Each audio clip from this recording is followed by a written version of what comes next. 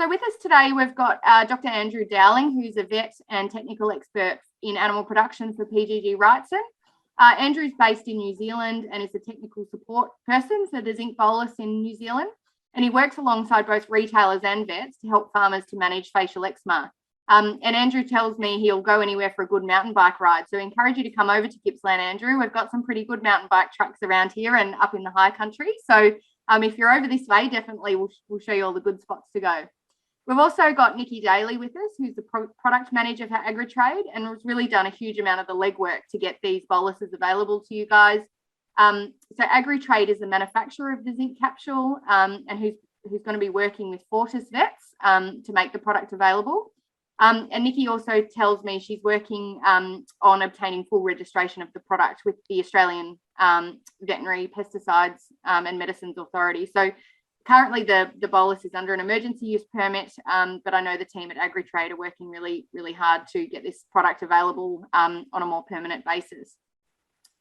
We've also got Nadine Krippner, who's with Fortis New Zealand. So Fortis is the veterinary wholesaler who's working with the vet clinics to get the product available. So between Nikki, Andrew and Nadine, hopefully we'll be able to answer all your questions. So Andrew, if you're happy, I'm going to hand over to you. Thank you. So kia ora katoa from New Zealand. So you're welcome to our webinar on facial eczema and the zinc bolus. So yeah, Andrew Dowling, I'm a veterinarian here in New Zealand, and so part of the technical support team for the zinc bolus here. So yeah, we're involved in some of the monitoring work we do around the bolus to make sure it's all still working, staff training, and also investigating adverse events. So now, in this, I might refer to some New Zealand terms which you may not understand, or just slip some words in just to try and show we're a bit more intelligent than we are. We're trying to show off we're more intelligent. So if there's anything that you don't understand, please make sure I clarify it. So put any questions or comments into that little chat section. Okay, so we'll make sure at the end that we cover up everything. So, facial eczema is a disease that New Zealand farmers have struggled with for many generations. And really, it's a poorly named disease. It shouldn't be called facial eczema. It should be pithomycotoxicosis, which really shows it's the toxins from the fungus is what causes the damage. Okay, and what we see in some instances is these skin lesions, but they're really almost like the end stage of the damage being done. Okay? So under heavy challenges, we can see very sudden and dramatic decreases in milk production and loss of growth rate. But under more moderate challenges, those decreases in milk production can be missed because farmers may think that it's just a decrease in pasture quality. Could be heat stress on the cows for that time of year or other things going on that are impacting milk production. So it's quite a hidden issue for us over here, and I'm sure it is the same for you. The liver can recover to a point, but there's studies in New Zealand showing that even 2 years after damage caused by facial eczema, those cows are still having an impact on the milk production from those cows. So we really do want to try and prevent that damage. And that healthy liver is vital for the high performance of every ruminant animal. And certainly, I imagine you're not very different to us, that we were trying to get the most efficient production we can out of every animal on the farm. So the management of the disease really for us here is multi-pronged. You're trying to reduce. Andrew, sorry to interrupt. We're still on your title slide. I'm not sure. Yeah, no, I haven't got any. Good. Okay, yeah, good. I just wanted to check. Sorry to interrupt. Good. Thanks for checking, Steph. We're trying to reduce the growth of the fungus. Okay, pasture management and carbanism spraying, reduce the ingestion of the spores through specialist forages or changing the diet, protecting the animals with zinc, and also genetics are a very significant part of our sheep system here, and now being a part of our cattle programs as well. So on that, so go through. So yep, there's some slides here. So I think it'll take 15-20 minutes on the slides. It's not going to be too long. I don't want to get too heavy on this, but certainly put your questions in. Yeah, Steph's going to help translate my Kiwiese. Good. So it's a disease that affects ruminants and attacks the liver. Okay, not that. Yep, the sporidesmin toxin produced by that fungus Pisces chatarum in New Zealand, we've got an incredibly toxic strain, and you've got some quite toxic strains through parts of Australia as well. But oddly, other parts of the world, it's not nearly as severe. So this budget is limited to our two countries, but having very toxic spores seems to be more limited.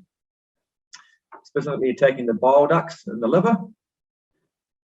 So because the liver is then unable to get rid of body waste, we get unable to break down the chlorophyll, we get those the skin lesions. But the liver is also an incredibly important part just of the functioning of the cow, itself, or the sheep. We can see two syndromes, a short period of high change, we can see it going down. But the other one is also you get chronic damage. So people may get concerned about spore counts in the hundreds of thousands. Well, we've got work to show that even ingestion of 20 to 30,000 spores per day, will have significant damage in there. That's all right. Yeah, and yes, the liver's got pretty good regenerative capabilities, but it as often as some of that damage is permanent, right? Yeah. It's mostly preventable. And over here, most farmers just get into a management or preventative program, and they seem to sort of stick with it. So if I looked on in the past, you've got your little microscope eyes out. You got this little fungus growing in there. It's a Pithomyces jatarum fungus, and has these spores. Okay? So those little spores for the pasture, when they get inside the animal, okay, the spores release a toxin. It's a dithiol. You don't have to know the word, but it's very unstable. And when that is exposed to oxygen, you get this superoxide radical. Okay? And these radicals then cause the liver damage. Because this is happening in the intestine, and most of the blood from the intestine goes to the liver seems to be the primary organ that's damaged. Okay? And then sometime later, maybe 5 to 12 days later, you'll start seeing the signs that your cattle have been impacted. So when you see a decrease in milk production, you see restless cows, they're uncomfortable putting the cups on at milking. A lot of damage has already occurred. Okay, so that's a big thing to keep in mind, that there is quite a lag between ingestion of the spores and the damage occurring, and then you seeing these those clinical signs. Okay. So if we look at this part of the reaction of the toxin with the oxygen joining in with there and getting that radical. If we look at that, when they were doing work at Ag Research here in New Zealand through the 60s into the 70s, they found that it's very reliant on metals, this reaction, and copper really stood up. So over here, if you're going to be putting copper into the diet of your cattle, we'd make sure it's either it's a chelated copper, so no copper sulfate goes in, because it potentiates that reaction and makes the damage a lot more severe.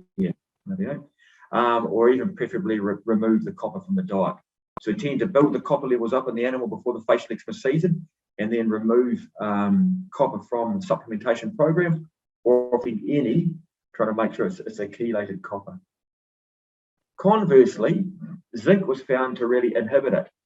So instead of it forming this radical here, it binds with it and forms a stable mercaptide, and then you don't get damage. Okay? But it takes very high doses of zinc to do that. So zinc's normally given in milligrams per kilogram.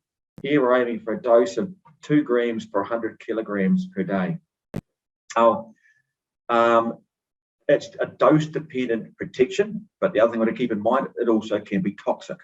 Right? But you're trying to balance up damage from facial eczema, potential of zinc toxicity. It's something we're balancing all the time. So the zinc acts at the intestinal level, rightio, and I suppose and binds to that toxin and stops it from forming the thing that does the damage to the liver. Right? Very, very handy. Okay. Really what we're trying to do is prevent production losses. That's what this was all focused around initially. And it wasn't necessarily about protecting every cow or every liver in the herd, about preventing production losses. Now, with zinc oxide over here, or with zinc sulfates, we can take a serum zinc concentration to give us therefore in the protective range. And that's considered to be about between 18 and 35 micromoles per litre. So in a herd, because you can have some animals that no matter how much zinc you give them, their blood levels don't really change, and some that seem to be very sensitive. When we're blood sampling herds of 70% of the animals are within the protective zone, that's considered successful. Okay? So that's what we're looking for. So that dose rate, 2 grams per 100 kilos for moderate facial eczema challenge. You'll ask me what moderate is. Trying to find the exact reference to that's not easy, but I'll be doing that in spore counts getting up into the hundreds of thousands. You can go up to 3 grams per 100 kilos as spike treatment if the spore counts become very, very high. We don't want to keep doing that for a prolonged period. Zinc tastes terrible. That's better. If you're putting it in your water system and you drink your water, it's not very nice at all. So cows don't want to drink it. So we use flavouring agents to help. And also try to start at a lower dose and then build it up, or add zinc oxide into the feed. And those are still 2 quite common ways of getting zinc in animals in New Zealand, but they are incredibly variable because you're relying on the animals either drinking the water or eating their fair quantity of feed, because unless you've got an in-shedding system where each cow gets a measured amount put in front of her, they eat what they get to eat. And the big cows eat most of it, and the little cows always seem to miss out. And the other option on there is the bolus. And we're going to ask Tim from Agritrade to come in here. He's got some slides in here where he wants to talk to you about the zinc bolus, which I think is a big focus of this webinar, on seeing if this product could fit in for you. So Tim, over to you. Hi everyone, thanks for coming on today. It's nice to talk to you about the Agritrade zinc capsule, and it's certainly very effective for facial eczema prevention, and prevention being the strategy around controlling this limiting disease. Andrew, slide. So it's manufactured in New Zealand. It's a consistent dissolving bolus. It's used zinc oxide for facial eczema prevention, and it's been around for quite a long time, over 20 years. It's manufactured and marketed and sold by Agritrade, and the Agritrade zinc capsule comes in, it also comes in sheep, which I won't clearly talk about today, but from a cattle weight range point of view, 90 to 130, 130 to 175, 175 to 250, and 250 to 400, and 400 to 600.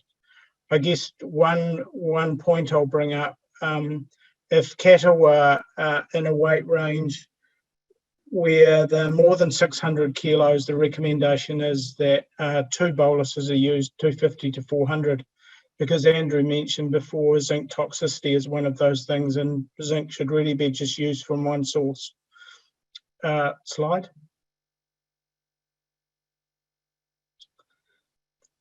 So it's a controlled, features and benefits. It's a controlled, consistent release zinc bolus that gives, can everyone hear me? Yep. Protection for up to 4 weeks, well, for 4 weeks in cattle. And it's developed by Ag Research over 20 years ago. And there's many trials published that support how effective it is. The bolus leaves absolutely no residue, and I'll explain a wee bit about that later on. It's safe, cost effective, and there's a nil meat and nil milk withhold. The stock receive a consistent daily dose with the way that it dissolves. It's reliable, really easy to use, and certainly it's been used for a long time right around New Zealand, an effective and proven method for preventing EFE. So to give you a bit of a background about manufacturing, and I'll cover off some basics around applicators and administration just at the end of the presentation, is it's basically put in big hoppers in a slurry situation and pumped through lines with hot water on the outside, which I don't know whether you can see. Can everyone see the arrow? Yep, we can. Okay, so it's pumped through the lines with hot water on the outside towards the end of the manufacturing run, and then it comes out as a solid core. So it's cut into a baked solid core of zinc oxide, and obviously hardeners and some other things. It's baked, cut into segments, and then put into these drying racks here with the various sizes. Once it's dried, and I'm not sure how long that drying process takes, it's then put into 2 different wax formulations, which provide its protective coat, and leaving the end layer where it dissolves from up the top. Then the wax forms a hard layer around the capsule, and that's what provides it protection against, obviously, all the rumen fluid, and the end of the bolus is the dissolving bit, which is 4-week process. Does that, is there anything that anyone would like? Andrew, would you like to add anything on that? That's good. Oops, there you go then. That's it. How do I change my screen? You're right, Tim, carry on. So do you want me to just cover off the applicator bit and the administration now, or a bit later on? Do it now, Tim, it'd be good. So from an applicator point of view, there's 3 different applicators. Obviously, depending on what stock size you're doing, there are 3 ones for the 90 to 130 and 130 to 175. The other one is 175 to 250, 250 to 400 with 2 different head sizes. And a larger one, which is like probably some of the normal bolus applicators that you've seen, and I'm not sure exactly what ones you use over in Australia. And there's a 1 head size, which is the 400 to 600. So from an application point of view, I guess it's one of those jobs where on larger cattle, certainly a head bale is required, but if we sorry, something's going on here. No, that's me. You're right, Tim. It was me. Okay, sorry about that. So from a head size, there's different ways of doing it. So you can do it in a head bale for the larger cattle, clearly, but providing the cattle are held in the right position, which is lifting up the head. And if you're working in a race situation with younger stock, and I'm not sure whether you've got a graze off situation or whether they're grazed on, but certainly those ones could be done in the race. But if you were doing larger cattle, they would require them being in the head bale. And to become accustomed to it, it does take a bit of skill. But if you put boluses in before, it will be good. But there's some really important tips that you should follow just to make sure that there's any damage to the animal or the head or the capsule, obviously. So ideally, the best thing to do is empty out those animals for a couple of hours around about. And I guess the one that only reduces rumen pressure, but also helps those animals salivating. So when they're starting to ruminate, you'll see that they'll salivate more. So it helps with the capsule going down. But certainly from a yard point of view, it's really important to have a good setup and make sure that it's not a rushed job.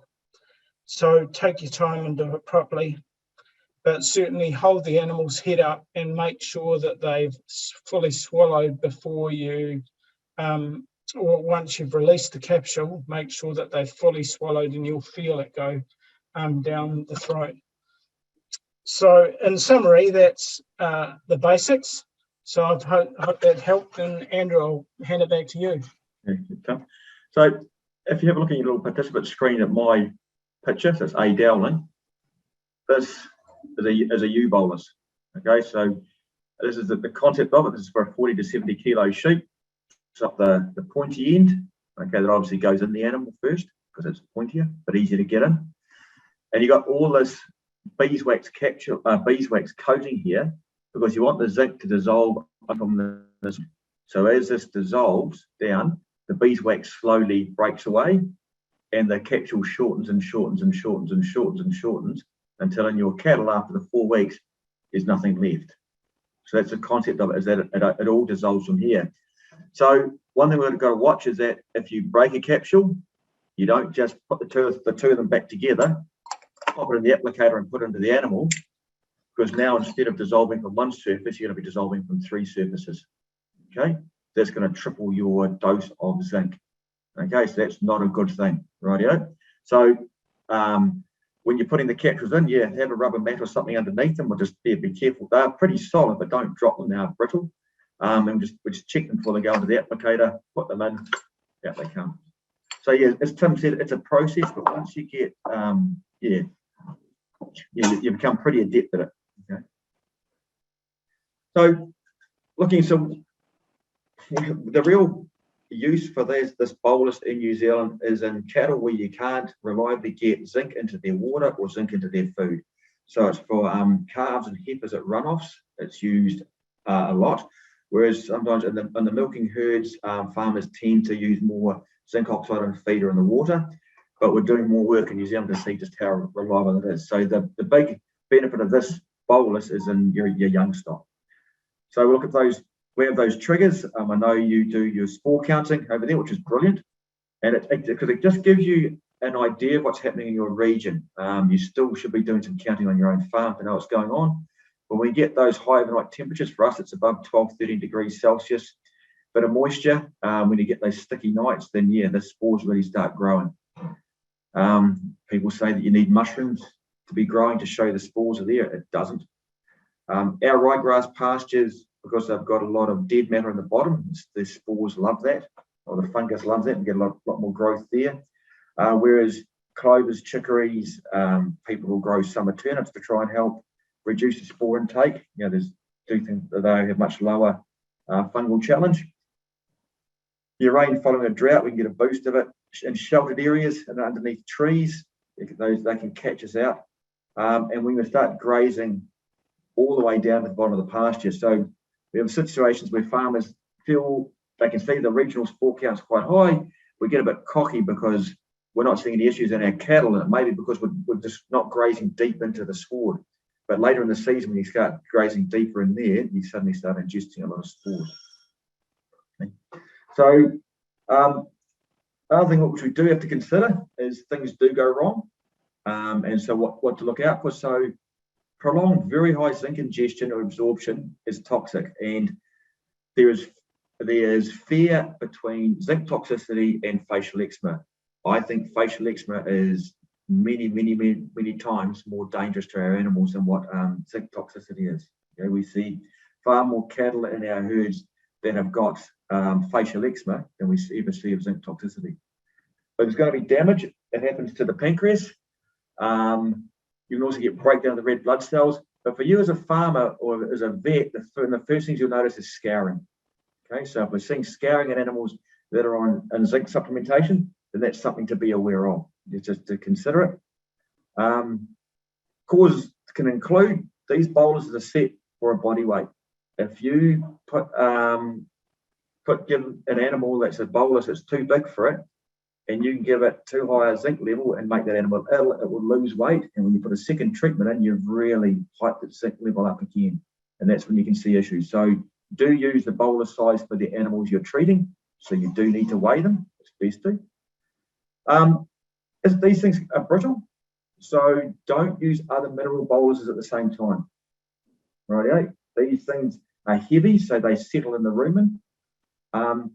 What we don't want to have is another heavy metal and heavy bolus down there, and as the rumen's contracting, it crushes them together and can crack up your zinc bolus, and you've suddenly got a lot more zinc being released.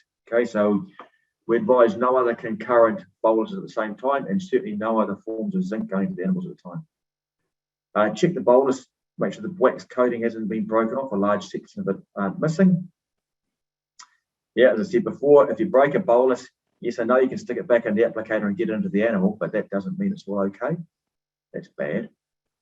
And also, we've seen if animals are severely stressed with other diseases, and for us in New Zealand, filariasis, or the plasmodium infection that can cause hemolysis and anemia, can sometimes cause very odd things to happen in the animals, and we see zinc toxicity.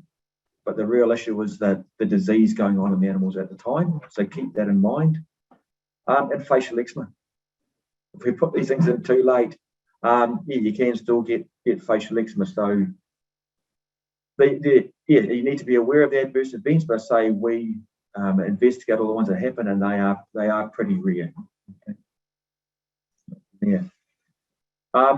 And also high levels of copper supplementation. Farmers in New Zealand feed quite a bit of palm kernel exfoliator to their cattle. It's reducing now, and that's got a lot of copper in it. And there's certainly evidence that high copper levels in the palm kernel interferes with the protection of the zinc. Oh, yeah, so try and just avoid copper supplementation through your facial eczema period if you can. All right. So that's what I wanted to cover. We're here, so I'll hand back over to Steph. All right, if you want to manage any questions. Yeah, absolutely. I might, could you mind unsharing your screen, Andy, just Andrew, just so we can see everyone? Yep, beautiful. And I'll unspotlight you, so it's not a big version of your face. So hopefully everyone can see. Does anyone have any questions to kick off? Burning questions? So I think there's one that's just come through from the chat. So if you don't want to unmute yourself, feel free to type something in the chat.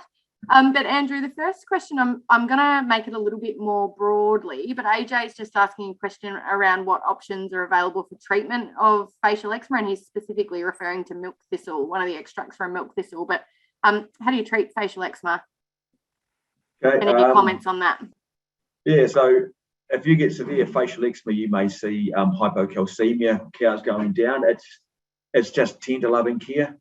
You've just got to try and be as nice to those animals as you can. They're going through some pretty significant liver damage.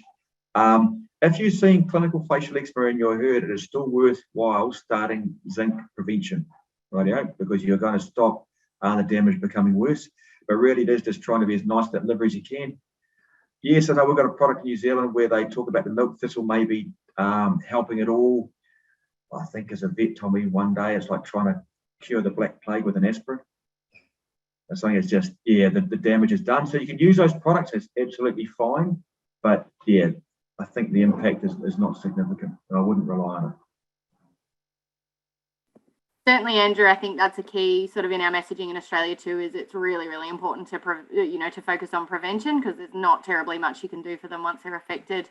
I've got a question which I might throw to you, Nadine, if you're ready. So Nicole's a farmer in the MID. She would like to know whereabouts she can purchase the capsules from. Sure, that's a great question. So at this point in time, we're looking at 5 distribution clinics throughout Australia. One would be in Druin, and this is very, very tentative at this stage. Druin, Snowy River, and the APM group, which have got clinics in Mafra, Warragul, and Karumba. Karambara, yep. Yeah. So at this stage, that's where we're looking at having stock available to you. Yeah, thanks, Nadine. And one of the important points is I understand that these capsules are available sort of from rural resellers in New Zealand. Because these capsules are, it's a product that's not registered in Australia, the use is under an emergency use permit, that they do actually have to be sourced from a veterinary clinic in the interim. So I understand that Agritrade and Nikki and her team are looking to get the product registered in Australia, but at this stage, you do need to get them from a vet. So it's a really great question. Nadine, can I ask a question? What sort of price range or how much do the boluses cost? Can you hear me, Steph? Yeah, fantastic. So, look, it really just depends on the size of the capsule. The retail price range is somewhere between $9 and $16 per capsule or per head. And there is lots of variables at this stage, quite simply because of freighting issues at the moment. So we're just waiting to confirm that up. But between $9 and $16 per head will give you a really good ballpark figure. Yeah, thanks so much, Nadine. I'm just really mindful that I'm throwing all the questions at you guys. These are all questions I've been thinking of as we've gone through this journey. If anyone has any questions, please feel free to either unmute yourself or pop it in the chat. But another question which I might throw to you, Andy, Andrew, sorry, I'm getting confused between your colleague, Nadine, and Andrew. Andrew, in terms of when we need to administer the zinc oxide boluses, so many of our farmers in Australia are pretty used to sort of supplementing 10 to 3 weeks before the onset of a higher risk period with zinc oxide in feed. Is that the same for the capsules, or do we what's the kind of key trigger that our farmers could be using as to when to put these capsules in? Yeah, really good point. So we've got work to show that within 48 hours of administering the bolus, we've got protective serum zinc levels. So I think the dissolution is very, very, very quick. So with this, because you're not worried about the taste, you can give it when the spore counts are high. So for us, we sort of use it as a trigger when they're around 30,000. If they're on 30,000 and rising, you start treating. That's when you put your first bolus in. You go through. So it lasts 4 weeks, but you still have some residual zinc in there afterwards. So if it's a lower challenge, farmers may retreat at 5 weeks. If it's a moderate to high challenge, I'd retreat at 4 weeks. That's something you monitor. But certainly once they're getting around 30,000, I'll be getting the bolus into them. Yeah, that's great. Thanks, Andrew. And I know that was a question coming from Bega as well, is if the spore counts are staying high, do we need to retreat? And I think you've answered that question there, Andrew. That's fantastic. So another question is how much, I'm not sure, Nadine, whether you can answer this, but how much for the applicators? Or do we know how farmers might be able to access the applicators? Have we had much discussion around that? I can probably comment on that if you like. Yep. We will make some available for purchase, and they are roughly give or take $250 each. But what we will do is we will make some applicators available to the clinics that are taking their inventory in. So depending on what the policy is of the vet clinic, they can be used as loan units. Agritrade are going to provide them for free to the vet clinics. If there is a demand, we can make some available, but I'm also conscious of the fact that because this product is under an emergency use permit, people may not want to buy an applicator. And then, we get a couple of years down the track and the product may, fingers crossed it won't, but may not be available. So if we can make them available to the vet clinics to loan out, hopefully that alleviates that challenge. Yeah, that's fantastic. Thanks, Nikki. So another question. Okay, this is a question probably relevant to both vets and farmers. Are there any requirements around recording treatments under the emergency use permit? Nikki, I might defer to you for that one. Yeah, so there is absolutely a requirement that we have to be able to track, and if we are asked, supply back to the APVMA details of the product who it was sold to, how many were used, and what stock they were used into. We are also very keen to get a lot of information back from the people who choose to use the capsules, because this will help strengthen our case to the APVMA for registration. So we will look to do a bit of a survey or an information collection from those that do purchase it. We will liaise with the vet clinics on that. So with it being sold through a vet clinic, obviously they're going to be able to track that information. But yeah, we wouldn't do this unless we had to as part of the conditions to comply with our emergency use permit. Yeah, that's great. Thank you, Nikki. And just to add to that, Rob and Anno had a question around scanning and recording the animals at the time of application. Rob, there's no specific requirements around that. Certainly, if that's something you are able to implement, I think that would be really useful, as Nikki said, to put towards the registration. But there's no requirement that individual animal IDs are recorded at the time of administration. It's the class of stock, I understand, Nikki. Correct. Yep. Sorry, Sorry, one Tim. point. Yep. One point on that, if there's any producers that do want to record it for their own peace of mind, if there are any regurgitations, I guess one important thing that some farmers do that perhaps aren't familiar with it, and holding those cattle for a while after application is important, because if you see any regurgitations, and what is a technique that some people use in bigger cattle, is to write with a permanent marker the number of the capsule or the tag of the animal. So if you get a regurgitation, then you know which animal it's come out of. So hold them in the yards afterwards for a little while. That's one point that some people use. That's me. Yeah, it's a great practical suggestion, Tim.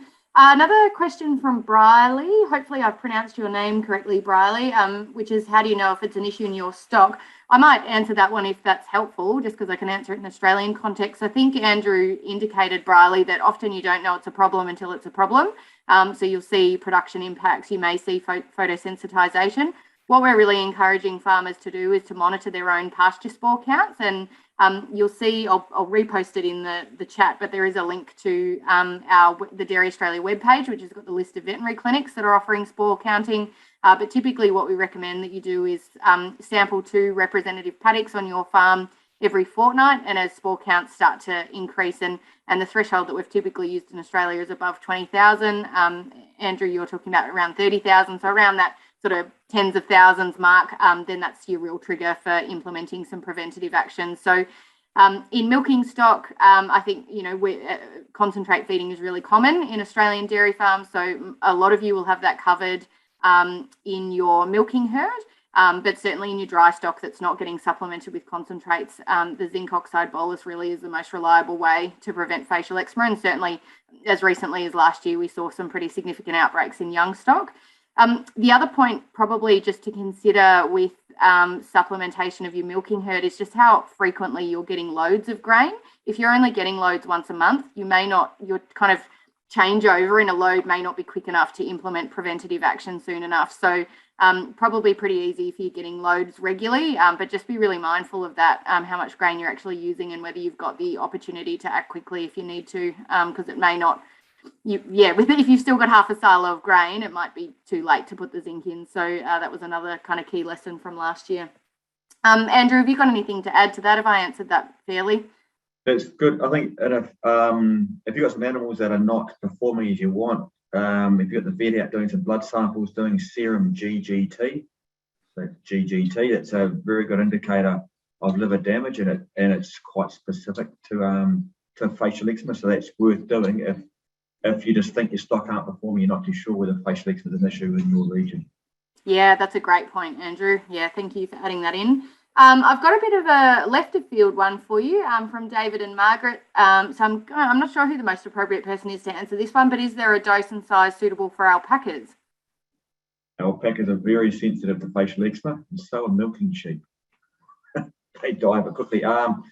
We've got people who poke capsules into alpacas. It's all off label, so it's all the risk is yours. But yeah, it is an issue. Let's just make sure it works in the cattle first, shall we? Yeah, I think the other thing is too that the emergency use permit is only for the cattle bolus, so we won't be making the sheep ones available, unfortunately. So sorry. Yeah, that's a really good point, Nikki. Andrew, I've got another question just around weighing. So if you don't have access to scales or you're not regularly weighing your stock, I know you can pick up weigh tapes from, your ag warehouse and stuff for, I don't know, $15, $20.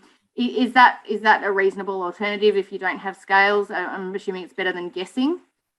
Yeah, you're right. It is. It's a lot better than guessing. It is, and you're worried about that smaller end of the mob. Okay, just you don't want to be having them 50 kilos outside of below the weight range for the capsule they're getting. If they're 10 kilos, it might be okay, but you get the 50 kilos, you can give them quite a significant dose of zinc. Okay, so using that the weigh beam's better than doing nothing. So the other question that's coming is about repeat applications. So in New Zealand, we say, okay, there's always been talked about a 100-day treatment period, because in the early days of work on facial eczema, they never thought the facial eczema season would go longer than 100 days. But I think now with we're changing our pasture species, we're changing our farming systems a bit, and the climate may be changing. We are seeing changes to the patterns of our challenge, so they can go longer. So we're saying you can do two treatments. So do a treatment and a repeat quite happily. Before you do a third treatment, you just want to check the animals, see how things are going. It is done pretty commonly over here. Okay, but we just want to make sure that everything's healthy. So yeah, 2, you can go 3 in a row, but then that would be as much as I really would be comfortable going with. Yeah, that's fantastic, Andrew. Thank you. And really good question there. So the questions are sort of starting to slow down a little bit. Did anyone else have any kind of burning questions that they like to throw at the technical team before we wind up the webinar? Feel free to either unmute yourself or pop any comments in the chat. Really happy to take comments as well, whether you're looking to source the boluses, which classes of stock you might be planning to use them in. Really keen to hear from you.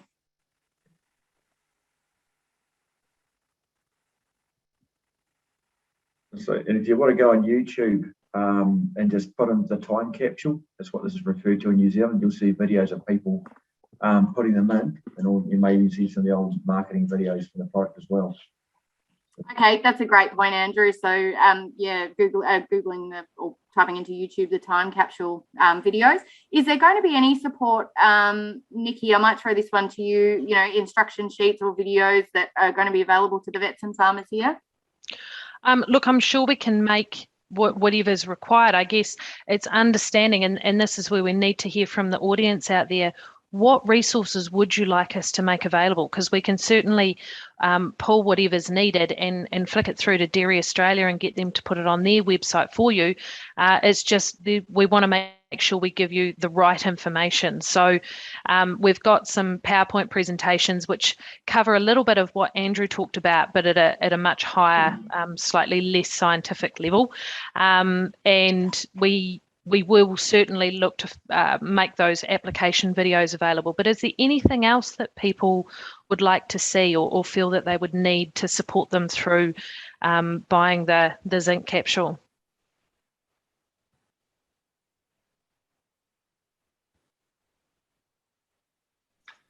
Excellent. Well, we'll just kind of run with what we've produced in New Zealand and make it available to you guys. Yeah, I think so. And just a comment from Briley, who's keen to use the capsules in her young stock, or his, sorry, Briley, I'm not sure, but you're keen to use them in your stock, so that's great. Look, this has been a huge amount of work to make these available in Australia. Certainly Nikki and her team and Robin Hammond as well, I know have been working on this for sort of over 12 months to make this happen.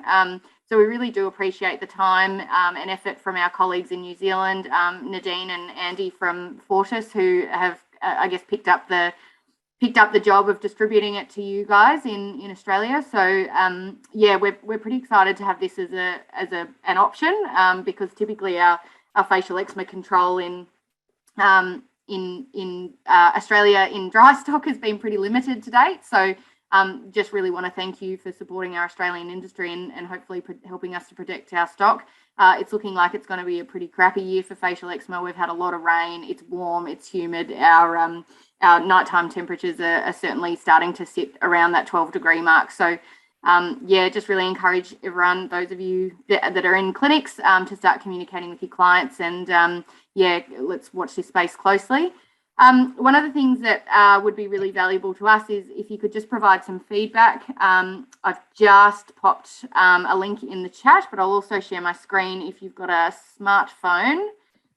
We'd really appreciate some feedback on the webinar. We don't know always what the best mechanism by which to get this information out to you is. So if you found it useful, please let us know. If you would have preferred something different, please let us know. But yeah, look, appreciate everyone's time and hopefully that's been useful. So that's great. I've just got a couple of questions just coming through on the spore monitoring program. So really happy to answer those on behalf of DA. So the spore monitoring program, the DA funded spore monitoring program isn't proceeding this year. So that was a monitoring of 20 to 30 sentinel farms, which was covered by DA. That isn't being funded this year, but spore monitoring is still available privately through those vet clinics that are listed on the Dairy Australia website. So typically that spore monitoring was only for sentinel farms anyway, rather than broadly across all farmers, and it was really just an alert service. So yes, spore monitoring is still available, but it's not funded by DA this year. So that's a really good question. Thank you, Tim.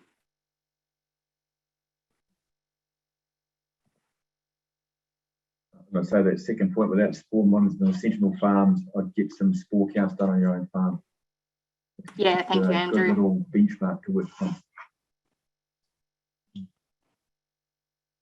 Yep, that's great. Excellent. All right. As I said, I would absolutely love any feedback on the session today, and I know the team would as well. So Nadine, if anyone is interested in accessing some boluses, you're the best contact person. I'll send out a bit of a summary email after the webinar today with the recording and some information. But Nadine's your main go-to person, whether you're a farmer or a vet.